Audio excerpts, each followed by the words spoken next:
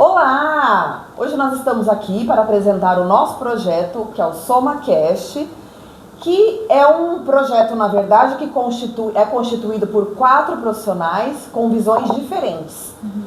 O Cláudio Brits, que é o psicólogo, a Andressa Andriqueto. Depois você edita, né? Não, vai ser tudo de uma vez só. Então começa de novo. Não tem edição não, vai lá, vamos lá. Então vou começar. Inclusive essas partes que você tá errando vai ficar em preto e branco, igual no YouTube, sabe? Então vamos começar outra vez. Não, mas eu acho que tem que continuar, tem que mandar a pau. Se não ficar toda hora parando, amiga. Senão toda hora vai parar e a gente vai perder. Pode errar. Não, gente, eu tenho que alinhar as coisas. É só essa abertura, vai. É Andressa Andrigueto.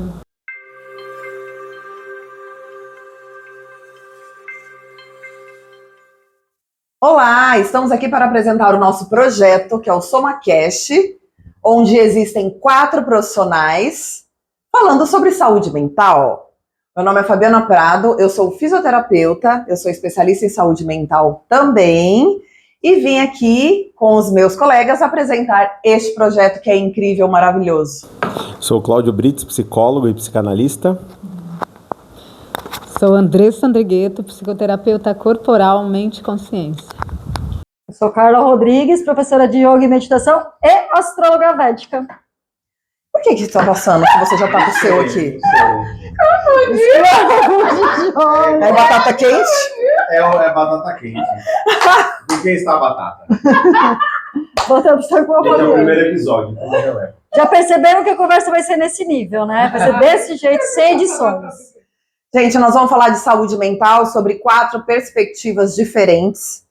E a gente vai trazer aqui histórias para vocês, coisas rotineiras que acontecem no dia a dia, nas melhores famílias. Cotidianas. E que vocês podem se identificar muito.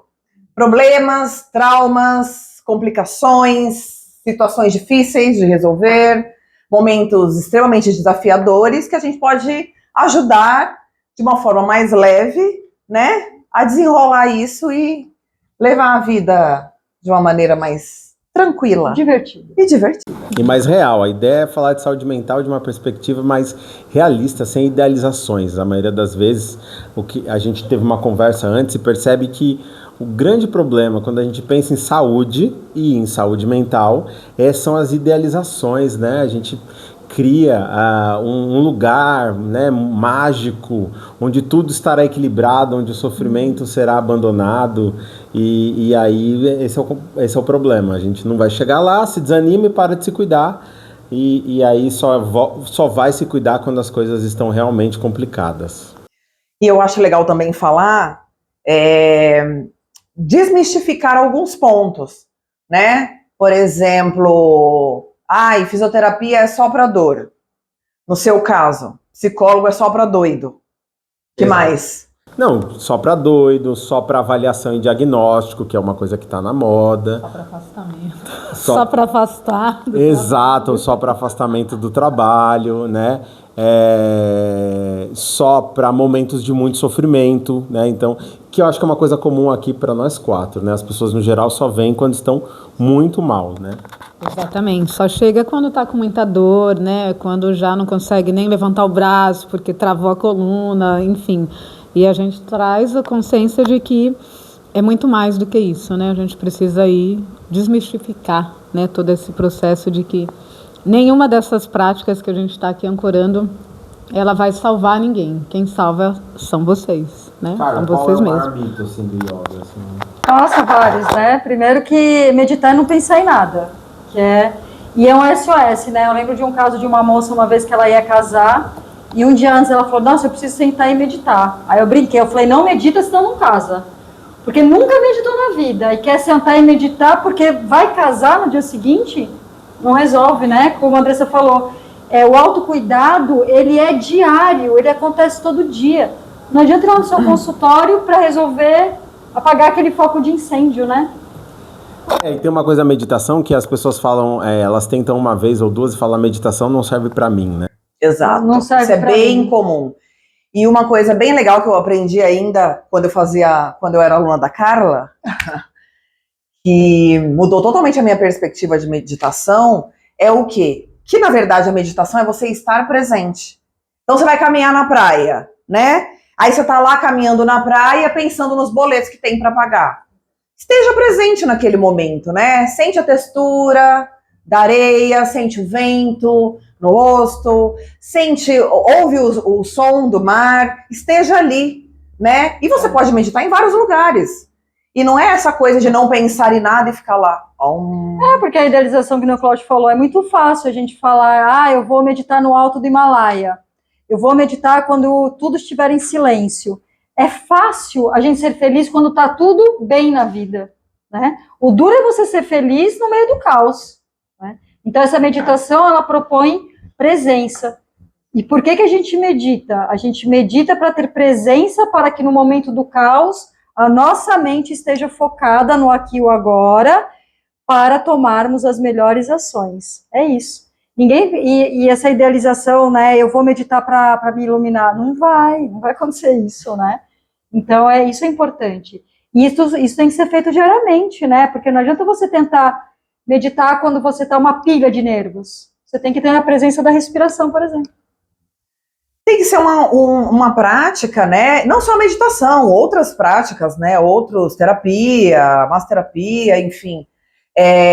Que você tenha isso como uma regularidade para realmente, na hora que chegar o momento do caos, que você passar por um momento desafiador, você conseguir sair dessa situação com mais tranquilidade, né? Porque, gente, hoje em dia, as pessoas estão completamente desequilibradas, não é? Tipo assim, uma coisa pequena se transforma num evento gigantesco, as pessoas se descontrolam, é briga de trânsito, é uma coisa assim que uma pessoa disse uma coisa que você não gostou, a pessoa já explode e vira uma confusão, às vezes, extremamente desnecessária. Isso tá acontecendo muito. Que as pessoas estão focadas mais na briga do que na paz. Vamos arrumar um problema. Aí já quer olhar para o problema, não quer olhar para a solução. Exatamente, mas é porque dentro desse lugar existe o que elas estão em excesso, né? Então, a emoção, por exemplo, da raiva, ela está em excesso, já está 80%. Então, ela vai explodir, às vezes, com a buzina do carro da frente, que nem foi para ela já se explode ali, porque não está trabalhando as emoções, não está entendendo nem o que o corpo, né, o próprio corpo está dizendo. Então, a prática meditativa, ela convida a gente a olhar e sentir, ouvir o nosso corpo, ouvir o que as emoções estão falando com a gente, né? Então, entender e aprender a usar os 10% das emoções para viver uma vida mais harmônica, né? Eu acho que é esse lugar de desmistificar as meditações que vai iluminar, né, o ser divino aí, mas para trazer consciência de que ele vai iluminar sim, como você pode ouvir as suas emoções, né? Então, a meditação é estado de presença, né? Estar presente em você, ouvir o seu corpo. Por que o meu intestino está inflamado? Por que minha dor de cabeça não quer parar nunca? Porque você está pensando... Por que eu sempre caio no mesmo padrão de repetição de comportamento? De relacionamento. Eu tenho dedo podre para relacionamento. Você termina um relacionamento e aí você começa um outro e a pessoa tem exatamente o mesmo padrão, as mesmas características do outro. Aí você termina e outro, mesmo padrão. Qual é a maior queixa quando alguém te procura, Cláudio? Acho que não tem maior queixa. Vai depender muito da fase da vida, né? Como eu disse, hoje a gente está num afã diagnóstico muito grande. Mas eu fiquei interessado nesse negócio da meditação porque eu tive uma experiência com meditação muito positiva. Foi um dos elementos essenciais para eu trabalhar minha ansiedade. Eu tinha crises de ansiedade muito pesadas, assim, né? E quando eu comecei a trabalhar a prática da meditação, ela foi essencial para eu conseguir, igual você falou, né? Na hora que a coisa vem, que você está ficando mal, você vai para um certo estado da mente que você praticou antes. Então, a meditação ela é uma prática como um exercício que você vai ficando bom. É que eu nunca tinha pensado nisso teoricamente, eu sempre fui usuário de meditação, né? Então, eu vou lá e medito. Ou pratico a meditação. Por exemplo, quando eu viajo, às vezes eu fico num estado de ansiedade meio complicado. A meditação é essencial para não me desorganizar. Ela me permite não me desorganizar. Antes eu ia por esse lugar da desorganização, que é o que a ansiedade às vezes promove, produz na gente, né? A gente vai para uma crise ansiosa. O que é uma crise ansiosa? A ansiedade ela toma conta e a gente já é como se fosse um escorregador e a gente vai escorregando desvairadamente, e aí o coração, o suor, mal-estar, e você fala, meu, isso aqui não vai acabar nunca, e danou-se. E a meditação me ajudou a não ir para esse escorregador, a ficar um passo antes. Então a meditação seria uma prática que vai melhorando com o tempo, é isso? O grande segredo da meditação, que eu acho que existe uma confusão muito grande, até das pessoas que guiam a meditação, é se relacionar com a mente achando que é a mente. E no processo da meditação, pelo olhar do yoga, né, eu estou trazendo porque, segundo o Buda, existem 64 mil tipos de meditação, uma para cada sofrimento, né? Então, quando eu era budista, eu fazia um tipo de meditação. E experimentei várias na vida, e essa meditação que o yoga me propõe, que eu acho muito incrível, e é ela que eu sigo nessa linha, é perceber que você não é a mente.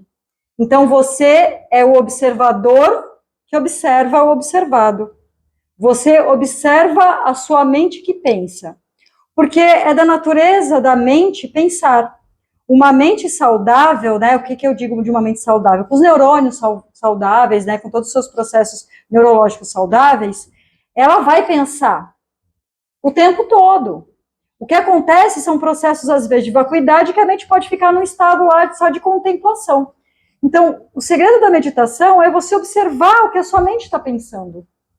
Então, quando você senta para meditar, ou você faz uma meditação em pé, caminhando na praia, ou você se inclina, ou você só observa, é esse o estágio principal da meditação. É observar a sua mente. É como eu falo, né? O céu é você. E as nuvens são seus pensamentos. E você é o que observa. É isso. Então, observar, eu estou com a minha mente um pouco ansiosa hoje. A minha mente está preocupada. Qual é a natureza desse pensamento? É uma preocupação que está no presente, está no passado, está no futuro. O que esse pensamento me causa? O que ele me gera? Então, quando eu começo a perceber o que a minha mente está trazendo, eu vou começando a fazer um processo de investigação. Investigando, eu consigo lidar melhor.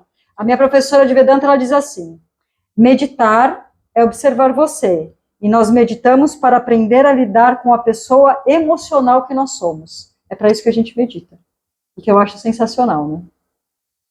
Interessante, porque isso lembra muito da análise. A análise também, né? Só que é parte de um lugar de uma escuta e não de observação. Você se escuta esse outro que está falando, que o Lacan vai dizer, porque de alguma forma você fica se desconhecendo, ou se reconhecendo, fala, nossa, olha o que eu falei agora, né? Nossa, eu nunca tinha reparado que eu falo isso, que é esse lugar de observação, né? E aí isso também vai produzindo elaborações, né? E eu acho muito interessante, porque então envolve não só uma prática, como às vezes se coloca no sentido de um controle, mais uma ferramenta de controle do corpo, coisa do tipo, mas também um lugar de reconhecimento, né? De como é que eu funciono, deixo de funcionar e assim por diante, né? E você frear a mente também nesses momentos. O que eu acho bem importante, por exemplo, sei lá, aconteceu um momento desafiador que te tirou do equilíbrio, né? E aí, nós somos humanos, né? É natural que você fique puto com aquela situação. Você vai ficar nervoso e você vai ser reativo, vamos supor assim. Só que assim, frear a mente, parar e falar, não, peraí, o que eu tô fazendo? Eu tô sendo muito agressivo, eu tô exagerando. É você olhar para a sua atitude e frear aquilo. Não, calma. Não, tudo bem, né? Eu não gostei, eu fui lesado com essa situação, mas eu também não preciso ser tão reativo assim. Eu posso agir dessa outra maneira. Você ter esse timing de perceber e mudar ali. Porque a gente vive tão no automático que às vezes você explode e a situação vai parar num outro lugar extremamente exagerado que às vezes não tinha necessidade. Então, na verdade, isso você não consegue fazer. Eu nunca meditei, agora nesse momento desafiador eu vou fazer isso. É muito difícil. Se você já tem uma prática, você consegue parar e reconhecer aquela situação. Sim. E frear. Né? E a partir do momento que você reconhece, você muda a atitude, né? Dá um outro desfecho para essa situação. Que nem a gente estava falando da questão da própria liberação miofacial, da massagem. A pessoa espera travar a coluna para cuidar. Se ela fizesse um trabalho de manutenção, né? Uma coisa preventiva, não iria, né? Eu vejo muito com os pacientes aqui, a Andressa também deve ver, às vezes chega uma pessoa para você, acredito que sim, extremamente travada. E aí, naquele momento, assim, você faz, né? Você usa todos os recursos que você tem, mas assim, você sabe que a pessoa não vai sair dali 100%. Porque esperou chegar no limite, né? Uhum. Vou até dar um exemplo aqui. Essa semana, a minha prima me mandou mensagem dizendo que estava com um torcicolo. Mas sabe aqueles torcicolos que te dá, assim, daqueles bem ferrado? Que a dor é tanta que você sente até náusea, ânsia de vômito, nada resolve. E aí, eu estava em São Paulo e eu disse assim para ela, eu falei, eu não consigo te ajudar, né? Eu não tô aí perto de você. E aí ela acabou indo, né, ao ortopedista e teve que tomar umas medicações, inclusive na veia, enfim. E aí depois, aí ela já estava melhor, eu conversei com ela, eu falei assim, então, o que está acontecendo por trás disso, né? Qual é o momento desafiador que você está enfrentando que travou a sua musculatura, né? Desta forma, assim. Aí falei, olha, existem algumas coisas emocionais que desencadeiam, né? Que afetam e acabam colidindo ali com uma musculatura e faz uma rigidez tão grande que aí você vai precisar realmente de medicação. E aí ela realmente me falou, não estava sabendo. Tá acontecendo um momento desafiador na minha vida, tal, enfim. E realmente, normalmente, gente, a pessoa não trava por acaso.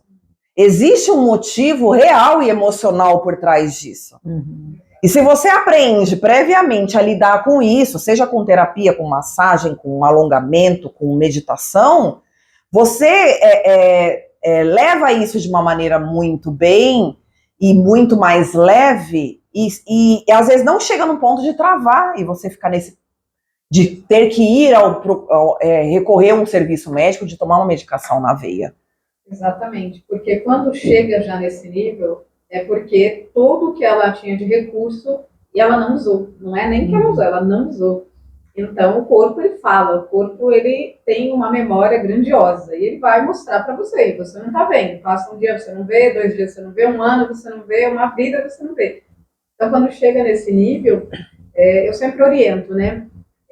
Principalmente quando é esse caso, vou pegar esse gancho seu. Então, qual é a direção que ela não está vendo?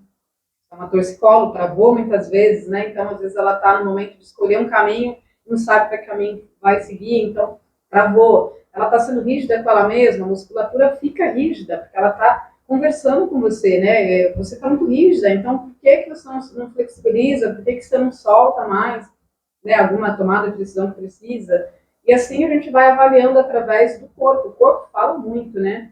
E eu sempre brinco, assim, não é só sobre você estar aqui na maca, fazendo toda essa soltura, né? Que precisa, e a mente, quando a gente está, né, numa forma mais analítica. Mas é como você vai lidar com isso fora daqui, desse lugar, porque eu não vou ficar com você para sempre. Então, como é você lá fora? Como é você no seu dia a dia, né? Tá ouvindo o que seu corpo está dizendo, o que sua mente está falando, ela não vai silenciar. E aí, a gente trabalha essa consciência de meditar de forma ativa, não mais passiva. A gente usar a meditação para a nossa própria conversa interna, né? A gente conversar com o nosso corpo e com a nossa mente também. Não é para silenciar a mente, não vai pensar em nada numa meditação. O Cláudio ele trouxe algo bem importante, que para tratar essa questão da ansiedade, quando você convida uma pessoa ansiosa para meditar, ela não consegue ficar ali por um tempo, nem por 3 minutos, né? Ou então, às vezes, ela nem tenta, ela fala, não é pra mim. Não vai. É o que eu mais ouço. E aí, como você convida uma pessoa dessa? Então, vamos nos mover, vamos meditar ativamente, né? Então, dança. Você já dançou? Você já se moveu? Já caminhou? Já fez um exercício? Né? E aí, teve uma pessoa que eu atendi recentemente, ele falou, eu não sabia dessa experiência, eu vou usar isso. Que era fazer uma prática meditativa na academia, na musculação dele. Ele ia perceber no próprio corpo o momento que ele precisava externar a raiva que ele estava guardando. E aí ele soltar ali numa prática meditativa de consciência corporal para fazer aquilo ser benéfico para ele. Então, quando ele estimulou isso, e ele depois, né, voltou e falou, foi surreal, porque ele entendeu o corpo com mais potência na atividade física, na forma que ele conduzia, né, a própria musculatura dele, trazendo a raiva, uma emoção que ninguém quer sentir, ou quando sente tem medo dela, ela vai quebrar as coisas, ela vai destruir, mas de uma forma organizada. E aí não é sobre controlar as emoções, é sobre organizar as emoções com ferramentas que a gente tem disponível, que é a nossa própria escuta ativa do corpo, né? Então, o convite para agora, que a gente está em janeiro, trazendo consciência, né, da saúde mental com muita ênfase, é para que a gente não escute só o corpo mental, mas o corpo físico, que ele vai conduzir essa prática mental de forma organizada, sem excluir, né, situações que a gente vai precisar lidar, a gente lida com isso todo o tempo. Estou com raiva, passei por um abuso, passei por uma questão séria, como eu lido com isso? Ouvindo você, se permita estar em estado de presença. E hoje ninguém está, porque as pessoas estão em modo automático, né? Esse eu acho que é o ponto mais importante, porque é o que a gente estava começando a falar, e acho que o tema principal, inclusive, né, desse primeiro programa é se as pessoas entendem, sabem, procuram, por que ainda não fazem? E, gente, desculpa. Cara, você pode meditar comendo. Chegou um prato, assim, né? Agradece. O sabor. Agradece ali por aquele alimento, né? Tantas pessoas não têm, enfim, mas assim, esteja ali presente. Sente o sabor, sente o cheiro, sente a textura, esteja ali conectada com aquela comida, com aquele alimento, né? Foca ali naquilo que é tão, assim, contemplativo, eu acho. É o contemplar, né? Eu acho que é isso. Acho que é isso.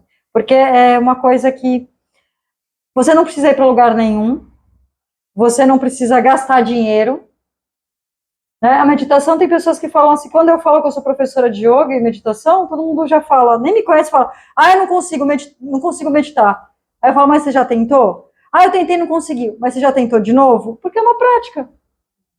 É uma prática, a mente precisa criar esse caminho neural para isso, né? E tem uma coisa que a nossa ideia do SomaCast começou, inclusive numa conversa com a Carla, quando a gente estava batendo um papo sobre, inclusive, essa diferença que tem, né, entre uma medicina, vou chamar ela de ocidental, né, e uma medicina dos Orientes, né, que vem das diversas facetas do Oriente porque o Ocidente, ele fez muito essa partição, né? O físico, o mental, né? Repartiu. E o que nos traz muito problema, porque foi o que você estava falando. Nesse processo de investigação, você vai encontrar uma relação, né? Entre o soma e o psíquico e tudo isso, essa separação ela não é tão simples, né? Tô com um torcicolo, mas você tá tenso porque você tá numa discussão, porque sua casa tá cheia de parente agora pro Natal, você tá com dores nas pernas, agora pro Natal, porque a gente tá gravando em dezembro, embora isso esteja passando em janeiro, e eu não vou cortar isso, tá? Ou no tal do Janeiro Branco, né, que a gente também, a nossa ideia foi trazer essa primeira discussão em janeiro por conta dessa ideia do Janeiro Branco, mas que eu entendo que a proposta seja, né, uma proposta de vamos resetar um pouco, vamos pegar uma página em branco, começar, mas é muito difícil a gente começar uma página em branco, a gente está se relacionando com toda uma história que veio antes, né? Então eu acho que essa ideia da renovação, às vezes ela também é uma idealização, porque, e como é que eu vou me livrar dos boletos que eu fiz em dezembro para as festas, né? Então eu acho que essa ideia da gente estar o tempo todo esperando a próxima segunda-feira, esperando o próximo mês começar, esperando janeiro. A gente está esperando o fim para começar algo novo, como se a verdade existisse. Então vamos esperar o quê? A próxima reencarnação? Porque é isso, você fica o tempo todo na espera. Eu começo segunda, começo o quê, né? Sendo que são pequenas práticas. Em psicanálise, ao contrário de outras abordagens da psicologia muito focadas na ideia de cura médica, psicanálise a gente fala muito que o processo de cura, ele acontece a partir de indícios tão sutis, sabe assim? Aquela coisa que você conseguia fazer e você não conseguia fazer, agora você faz. Aquela briga do trânsito que você sempre tinha e agora você não brigou. E aí você vai percebendo que há um movimento que ocorreu. Nossa, no geral eu brigaria, porque o cara me fechou no trânsito e hoje eu não briguei. Então, psicanálise, a gente fala que é a partir dessas bobagens, dessas sutilezas, que existe um movimento ocorrendo de transformação. Né? Não é porque amanhã todos os seus problemas sumiram e suas crises de ansiedade acabaram. Não, é porque você foi ao teatro mesmo com a sua crise de ansiedade. Mesmo tendo uma crise de ansiedade, você foi ao teatro. Né? Não é se livrar da crise, não é se livrar de uma situação que você... Às vezes você vai elaborar a ponto de não ter mais crises.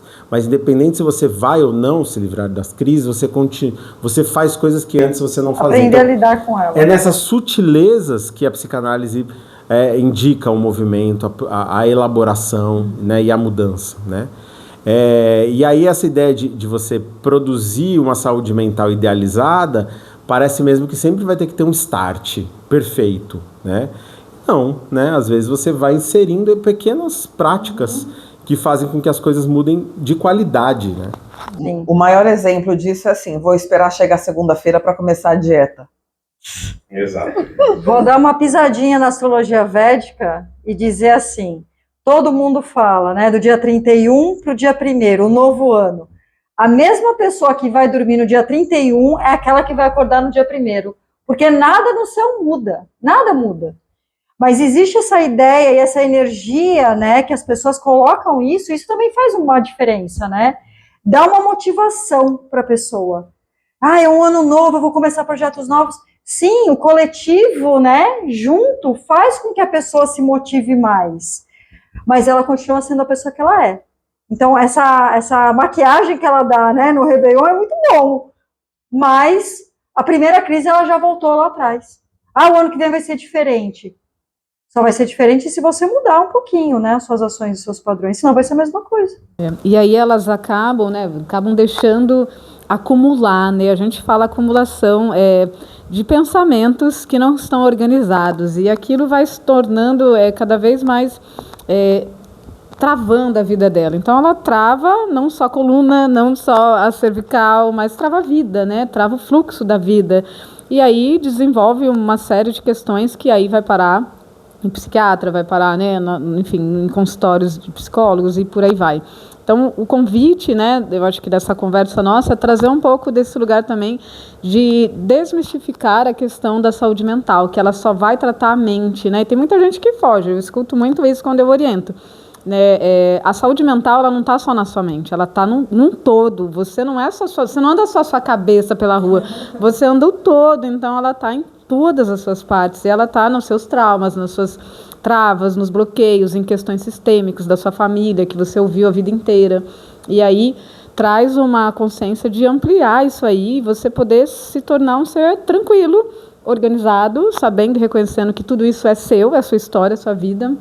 E o que você pode fazer além disso, né? Além desse lugar de repetir esse padrão, que é um padrão que corre aí há tanto tempo. No ano novo tudo vai ser diferente, né? E que não vai se você não se colocar como um ser diferente. Quando a gente fala muito de saúde mental, né? Tem muitas questões que falam assim, poxa, é fácil vocês falar desse lugar.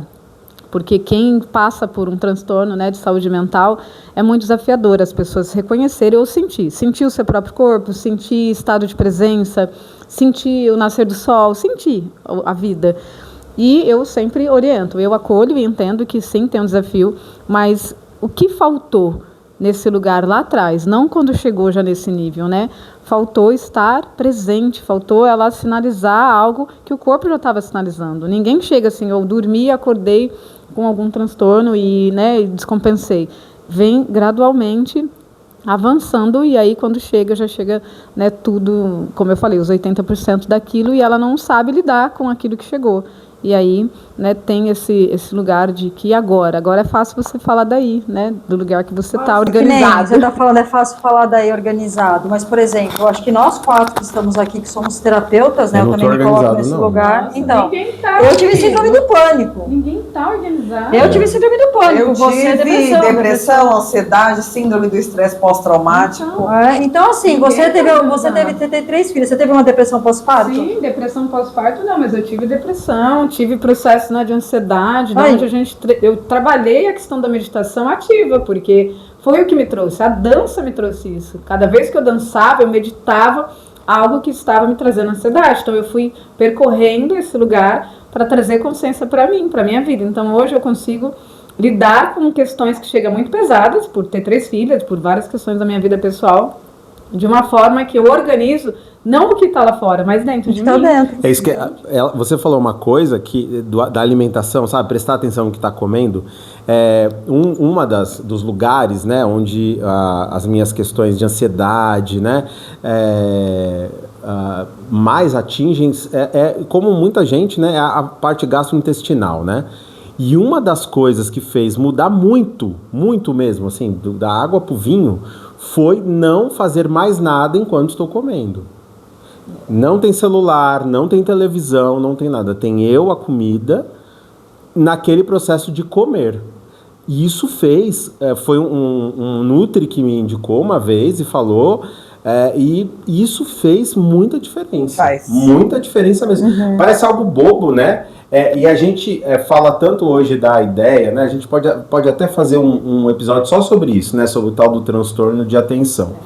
Mas veja só, a gente faz um monte de coisa ao mesmo tempo. A gente come, vem do celular e ouvindo, né? Preenchendo o relatório. Conversando. Tá educando a sua mente a fazer isso. Exato. E pior, a gente está educando isso. A gente não prepara ela para ter foco, para estar... O que você está fazendo? Então você não sabe, por exemplo, quanto tempo você demorou para comer? Né? Você não sabe, às vezes, porque você engole viu a comida. Nossa, eu já comi, né? Eu nem vi comendo. Gente, eu detesto comer com a televisão ligada. Sabe assim? Parece que a comida muda o sabor, ela fica mais sem graça, não sei. Eu não gosto. Mas essa é a meditação da presença, né, que a gente fala, né? Você está presente naquilo que você está fazendo. Então, eu estou me alimentando como? Na hora que eu vou dormir, eu pego meu celular e fico lá vendo um monte de notícias e depois como que vai ser meu sono? A hora que eu estou tomando banho, né? Então, essa presença que eu acho que faz muita diferença. Que vai diminuindo um pouco a quantidade de movimentos da mente. Foi feito um trabalho recentemente agora que o fato da pessoa assistir vários vídeos curtos, isso aí acelera tanto a mente, induz tanto a ansiedade, e é uma coisa cumulativa. Você fica com o celular lá, abre o Instagram e fica vendo o Reels. Aí vê um, vê outro, vê outro, vê outro. Quando você vê, já passou mais de 1 hora. E aí você faz isso e como uma rotina na sua vida. Vira e mexe, você tá lá, você perde um tanto de tempo. E então, a pesquisa diz isso, que ver vídeos curtos de diferentes assuntos acelera muito a mente, induz muito a ansiedade. Ouvi o áudio no WhatsApp em 2. Bom, gente, a gente falou, conversou, e a ideia desse podcast de nos unirmos aqui é dessa forma leve, descontraída, e falar exatamente aquilo que pensamos e que somos também, né? Não é sair por aí falando um monte de coisa para vocês fazerem, sem, na verdade, olhar para o que é possível também, o que dá para acolher. Então, a cada 15 dias a gente se encontra, né? 15 dias? Não, uma vez por mês? É uma vez por mês. Uma vez por mês? Ela quer já 15 dias. Eu quero